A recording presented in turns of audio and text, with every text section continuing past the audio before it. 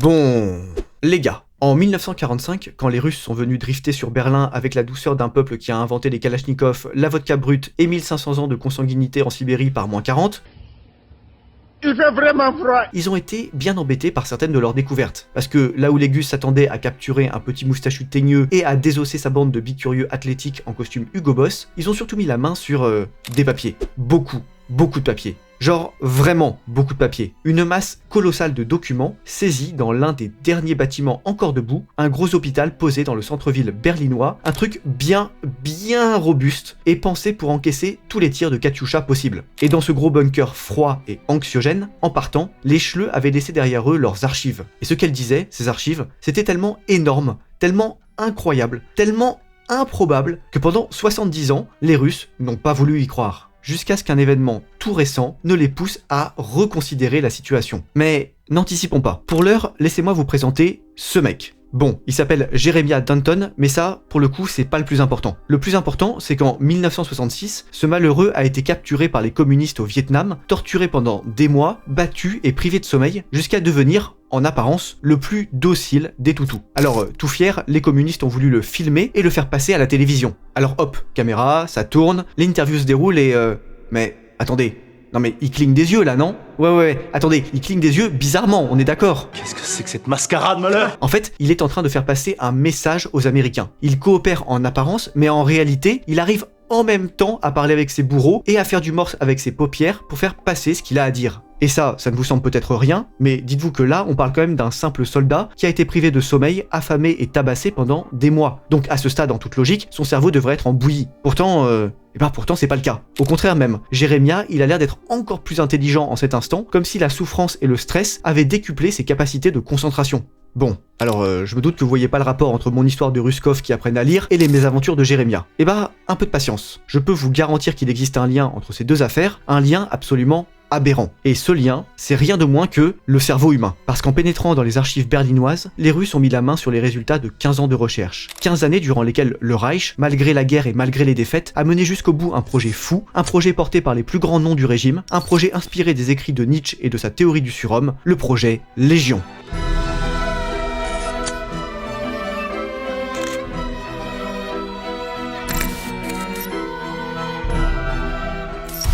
Nous sommes au début des années 1930 à l'Académie de médecine de Dresde. Dans les couloirs de l'institut, deux messieurs très propres sur eux circulent en route vers le bureau du directeur. Et ils sont attendus. Car ces deux messieurs, ce sont les émissaires d'une voix qui monte en Allemagne. Une voix qui pourrait bien tout rafler aux prochaines élections jusqu'à devenir chancelier. Leur nom, Rudolf von Brach et Heinrich Himmler. Ça alors ?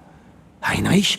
Un postiche ? Leur but, repérer et débaucher le meilleur jeune interne de l'hôpital pour lancer un projet complètement fou. Ok, est-ce que vous connaissez l'Ahnenherbe ? C'est un groupe de recherche plus ou moins ésotérique, fondé par les Allemands pendant les heures les plus sombres du bruit des bottes pour mener des recherches archéologiques et scientifiques aux limites de l'ésotérisme. Ils cherchaient à retrouver la trace des anciens Germains, à mesurer des crânes au Tibet, à inspecter des peintures rupestres en France, ok, mais aussi à ressusciter des animaux mythologiques ou à créer des légions de super soldats. Et si vous pensez que tout ça, c'est rien que de la mauvaise science-fiction, détrompez-vous. L'Ahnenherbe a bien existé, tout ce qu'il y a de plus officiellement même, et l'organisation se voulait le lieu d'expérimentation les plus radicales possibles, l'endroit où les limites de ce qui est pensable et possible seraient repoussées au-delà de tout ce qui est concevable, sans considération pour la morale et les dogmes religieux. En gros, et pour les connaisseurs, c'est un peu l'équivalent de l'unité 731 chez les Japonais, mais en version Kartoffel und Schwein, avec des chaînes centenaires et 362 jours de pluie par an. Et me dit ça, moi, qui suis un protecteur de la nature et tout. Et avec l'Ahnenherbe, le projet de nos si sympathiques Allemands, en 1930, ce n'était rien d'autre que de faire advenir le surhomme nietzschéen. Oui, le surhomme. Alors attendez, je reprends les bases pour ceux qui sont nuls en philo. Lui, c'est Friedrich Nietzsche. Il a une grosse moustache, il est nul avec les filles, il n'aime pas beaucoup le christianisme, mais il est très intelligent. Et il aime que ça se sache. En 1885, il drop son banger le plus célèbre, ainsi par les Zarathustra, un texte aussi dense que brillant d'un point de vue stylistique, dans lequel il développe 1000 idées fortes qui ont fait sa renommée, et notamment une qui nous intéresse tout particulièrement, le surhomme. Alors, le surhomme pour Nietzsche, qu'est-ce que c'est ? Eh bah, pour le dire simplement, c'est un homme augmenté, un homme poussé poussé au maximum, non pas par des implants ou par des gadgets, mais par sa seule force intérieure. Le surhomme est un idéal humain qui dépasse les valeurs et les limites morales traditionnelles imposées par la société et la religion. Il incarne la capacité à créer ses propres valeurs et à affirmer pleinement la vie malgré ses souffrances et ses contradictions. En ceci, il symbolise l'avenir de l'humanité. Il est un être capable de se réinventer constamment et de transformer le monde autour de lui. Bon, alors ça vous semble peut-être un peu nébuleux, et ça l'est, mais il faut que vous sachiez un truc sur Nietzsche, c'est qu'il avait une sœur. Et sa sœur, elle aimait beaucoup, mais alors vraiment beaucoup, les idées d'un trop célèbre peintre autrichien. Et à cause de ça, après la mort de son frérot à moustache, à partir de 1900, elle a commencé à complètement transformer et réécrire ses théories. Avec elle, le surhomme n'était plus une attitude philosophique, mais une marque de supériorité raciale. Ce n'était donc pas une quête intérieure, mais une quête biologique et politique. Et ça, vous devez vous en douter, ça a pas mal plu à un certain parti politique. Pour eux, le surhomme n'était pas juste un concept philosophique, c'était un programme de recherche scientifique à mettre en œuvre. Et donc, qui dit programme de recherche, dit laboratoire, expérience, médecin, budget, rapport, notes. Pendant près de 15 ans, une branche secrète de l'Ahnenerbe a mené, en plein Berlin mais dans le plus grand des secrets, des expériences franchement glauques pour faire advenir le fantasme de Nietzsche. Ça va mal tourner cette histoire. Pour commencer, ils ont pris des insectes, et ils les ont soumis à des difficultés croissantes et à un stress permanent. Et étonnamment, ces petites bestioles se mettaient à réagir sous l'effet des électrocutions ou des blessures. Elles devenaient, pour certaines, plus intelligentes. Oui, alors, attendez, j'ai dit plus intelligentes, pas intelligentes. Ça reste des insectes, hein. Mais il n'empêche, chaque fois qu'on les stressait ou les menaçait de mort de façon extrême, les survivants semblaient bel et bien plus inventifs, plus créatifs, plus soucieux de dépasser leurs limites cognitives. Alors tout ça, à ce stade, ce n'était pas grand chose, juste une petite courbe un peu moins aplatie sur un graphique, mais ça a suffi pour convaincre les Allemands de passer à la phase 2, les tests sur des cochons. Là, l'idée était simple. Si un insecte donne déjà des résultats encourageants, un goré devrait faire exploser tous les compteurs. Et bah, vous savez quoi? C'était le cas. À force d'estropier, d'émasculer, de tabasser, d'amputer, de malmener et de traumatiser de pauvres cochonous, les survivants commençaient à réaliser des prouesses jusqu'ici impensables. Retenir des mélodies complexes, mémoriser des enchaînements de plus en plus longs de couleurs ou de nombres, différencier des odeurs très subtiles et même chercher à communiquer avec leurs tortionnaires. Alors là, autant vous le dire, Von Braque et son poteau boiteux, ils en ont craché la purée dans leur slip. Ainsi, c'était vrai. C'était bien Nietzsche, disait-il, qui avait raison. Incroyable. Et là, il fallait plus attendre. C'est bon, c'était sûr, on pouvait passer à l'étape suivante et tester le protocole de leur unité spéciale sur des humains. Et c'est là qu'on rentre franchement dans l'horreur. Parce que si vous connaissez l'Allemagne des années 30, vous savez déjà qu'ils ont toutes sortes de camps pour enfermer les dissidents, les minorités ethniques et les déficients mentaux. Et c'est sur ce dernier groupe que l'Ahnenerbe va se focaliser. Pourquoi? Parce que ces êtres, bien que défectueux pour les standards du régime, ils étaient néanmoins purs d'un point de vue racial. Et donc, dans la logique du parti, si on doit tenter quelque chose sur des humains, ce sont des cobayes idéaux. Bon bah, on y va. Moi je dis allons-y quoi. Torture, choc, meurtre, et on garde les meilleurs après chaque tour. Après quelques phases de test, les résultats semblent intrigants. Pas bons, hein, juste intrigant. Et tout ça parce qu'un cobaye commence à se détacher du groupe. Un patient parmi tous les autres, le matricule WL6, un certain Wilhelm. Wilhelm, il est pas très bon, pas très rapide, pas très malin, bref, il a rien de spécial, sinon une particularité extrêmement intéressante. Quand on le soumet à une violence extrême, comment je vais vous raconter ça? Bon, disons qu'il perd le contrôle. Et selon le rapport des Allemands, une force supérieure prend le relais et envahit son corps. C'est quoi ce machin là? Alors oui, ça a l'air dingue, mais tout se passe comme si Wilhelm, dans ces moments de stress extrême, cédait la place à une autre de ses personnalités. Une personnalité avec une intelligence supérieure et une variété de connaissances extrêmes, une personnalité avec laquelle vous pouvez converser de géopolitique, de religion, de physique quantique, du projet Manhattan ou de l'avancée des Alliés, en temps réel, comme si elle savait tout le temps. Alors oui, ça a l'air fou, je sais bien. Et déjà à l'époque, ça avait même l'air tellement fou que les ministres du régime ont demandé en secret à venir voir WL6 et son étrange pouvoir de leurs propres yeux. Le problème, c'est qu'il y a deux problèmes en fait. Petit 1, l'entité qui prend le contrôle de Wilhelm ne se manifeste que dans les instants de détresse extrême, au pic de la douleur et pour une durée très limitée. Dès que les choses se calment, Wilhelm redevient Wilhelm, en plus amoché et en vraiment pas beaucoup plus intelligent. Toi, tu n'as pas le prix Nobel de la connerie, t'auras rien d'autre. Hein. Mon QI est bien supérieur au tien. Bon, et puis deuxième souci, et là, accrochez-vous parce que ça va vous faire de la peine. C'est bon? Vous êtes prêts?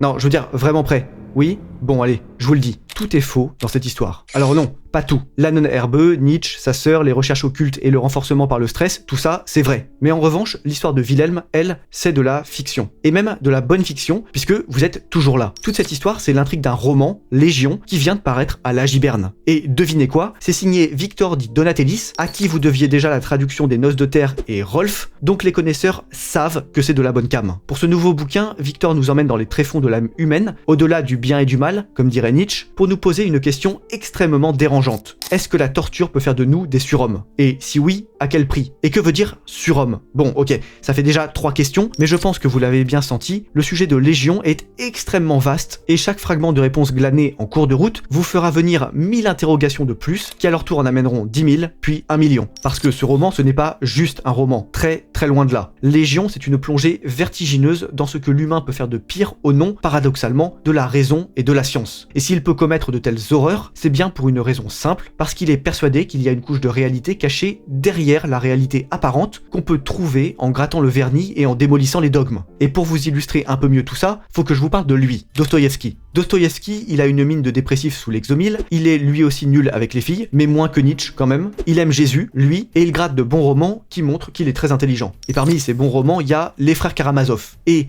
dans Les Frères Karamazov, il y a un petit conte philosophique intercalé qui s'appelle Le Grand Inquisiteur. Bon, alors clairement ce texte est une classe de maître niveau Space Marine Galactique, donc il faudrait que j'en fasse une vidéo dédiée un jour, mais pour vous résumer ça ici et maintenant, le Grand Inquisiteur imagine que Jésus lui-même revient sur Terre pour venir observer de près l'inquisition espagnole, tellement il est choc-barre de BZ par les dingueries que les frérots en soutane enchaînent en son nom. J'apprécie à moitié franchement ce qui vient de se passer là, franchement voilà. Donc Jésus revient parmi les siens, pif paf miracle, il régale tout le monde et aussitôt, le Grand Inquisiteur le fait arrêter et jeter en cabane. Et la nuit suivante, il vient le voir en cellule et lui explique qu'il va le passer par les armes. Mais attendez, c'est là que ça devient vraiment intéressant. Le Grand Inquisiteur, il ne passe pas Jésus par les armes parce qu'il le prend pour un mytho. Oh non, il le passe par les armes précisément parce qu'il le reconnaît comme le Christ et considère que le Christ a fait une énorme erreur en offrant la liberté aux hommes lors de sa venue sur Terre. Lui, l'Inquisiteur, il sait que les PNJ veulent être gouvernés et dirigés d'une main de fer. Et donc, pour lui, supprimer Jésus, c'est réparer une erreur fondamentale, celle d'un Dieu qui a voulu donner trop de pouvoir à des hommes indignes de ses largesses. Finalement, l'Inquisiteur ne veut pas supprimer la liberté pour aller contre les hommes, mais bien pour les préserver d'eux-mêmes. Vous voyez l'ironie? Et finalement, Légion pose un peu la même question, mais différemment. Ce roman, il interroge à la fois ce que la science peut découvrir et ce qu'elle mérite de découvrir. Parce que, mine de rien, ce sont deux choses bien différentes. L'histoire scientifique regorge de savants qui ont été ébranlés par leurs propres découvertes. Giordano Bruno, Galilée, Tesla, même Einstein, Bohr ou Oppenheimer ont frôlé la folie. Et ça, ce que ça nous montre, c'est qu'il ne suffit pas d'être physiquement capable de découvrir quelque chose, c'est-à-dire d'avoir les bonnes équations et les bons outils pour faire une découverte, pour que cette découverte soit une bonne chose. Oh non! Vous savez, dans la Bible, il y a un livre que personnellement j'aime beaucoup et qui est en plus assez court et qui s'appelle l'Ecclésiaste. Et l'Ecclésiaste, c'est un texte dont vous avez probablement déjà entendu parler à cause de l'une de ses punchlines. Avec beaucoup de sagesse, on a beaucoup de chagrin, et celui qui augmente sa science augmente sa douleur. Et ça, ce que ça veut dire, c'est que la quête du savoir est une quête inconsciente de malheur. Plus vous savez de choses, plus vous approchez du désespoir. Et donc, en admettant que vous puissiez vraiment créer un être surhumain, qui échappe aux dogmes, aux contingences biologiques et à la morale, est-ce que vous ne viendriez pas, tout simplement, de créer un être infiniment malheureux, qui ne pourra, par contagion, que vous rendre également malheureux? Alors ça, c'est très tordu, mais bougrement intelligent. Bon, je crois que vous commencez à entrevoir tout le potentiel de Légion. C'est un roman qui, à partir d'éléments réels et dérangeants, vous pose une des grandes questions de toute la littérature et de toute la théologie en même temps, celle du mal avec un grand M. Légion, c'est un texte qui happe le lecteur et ne le laisse pas ressortir avant qu'il ait compris une chose, à force de répondre à ses propres questions, l'être humain creuse sa propre tombe. Car si le monde perd de son mystère, il perd aussi de son intérêt. Et sans intérêt, à quoi bon vivre ? Bref, j'espère que vous avez compris qu'on part ici sur un bon petit banger des familles, et donc qu'il faut vous le procurer au plus vite en passant par le petit lien que je vous mets en description. Si vous êtes un amateur d'histoire, un demi-mystique, un scientifique chevronné, ou juste un curieux qui a envie de se plonger dans une intrigue originale où le vrai et le faux, l'historique et l'apocryphe se mêlent en permanence, eh bah foncez. Encore une fois, vous connaissez le sérieux de la maison maintenant, alors après Les Noces de Terre et Rolf, qui sont toujours disponibles d'ailleurs, vous savez par quel bout prendre notre ami Légion. Dites-vous que pour les besoins de cette vidéo, j'ai dû vous dévoiler quelques éléments de l'intrigue, mais je vous ai laissé un bon 95% des personnages et des péripéties du livre dans l'ombre, donc vous pouvez accourir nombreux. Je le dis clairement, cette vidéo ne remplace pas la lecture du livre. Voilà, j'espère que je vous aurai donné envie de sauter le pas, parce que, bon sang, ce roman vaut le coup, et ça me ferait vraiment infiniment plaisir que vous soyez nombreux à le lire. D'ailleurs, si vous avez des retours à faire sur les textes de la Giberne, tous les textes, vous pouvez laisser un commentaire sous cette vidéo, et même, si le cœur vous en dit, un commentaire sur le site. Ça aide énormément. Ça permet aux futurs lecteurs de se faire un avis, et puis quand j'y passe moi-même, ça me permet de lire vos retours, c'est précieux pour la suite. Alors merci à tous pour votre soutien et votre engouement depuis bientôt 3 ans. Le chemin parcouru est assez dingue, et ça n'aurait pas été possible sans tous les lecteurs de la maison, alors merci beaucoup. Bon, et maintenant, fin de la séance de Turlutte, on se retrouve en conclusion. Bon, ne nous laissons pas distraire. Schopenhauer, un autre philosophe allemand déprimant mais brillant, qui était lui aussi nul avec les filles, décidément, il disait que l'homme oscille toute sa vie entre la souffrance et l'ennui. Et bah, avec Légion, cette opposition est dépassée, transcendée même si j'ose dire, car c'est par la souffrance que l'homme acquiert le savoir, et par le savoir qu'il acquiert l'ennui. La science, au lieu d'être un remède, apparaît donc pour ce qu'elle est, un poison potentiel. Et pourtant, Victor a été lui-même un scientifique des années durant. C'est dire s'il sait de quoi il parle et comment en parler. Légion, ce n'est pas un texte de neurasthénique mystique et incapable de faire un produit en croix pour deviner le body count de sa mère. C'est ta mère. Enfin ta mère.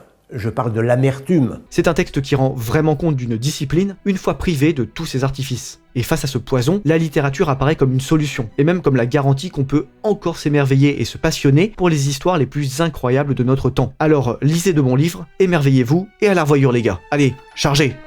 Les soldats russes viennent de lancer un nouveau tour de garde. Je regarde autour de moi, le laboratoire est vide depuis bien longtemps. Depuis l'annonce de la défaite du Reich en vérité. La poussière a tout conquis, les paillasses, les vitrines, la balance, jusqu'aux éprouvettes qui dorment debout, comme les poteaux de fusillés. Seule la zone autour de la machine à écrire reste nette, cerclée de mes pas. C'est là que je vis encore.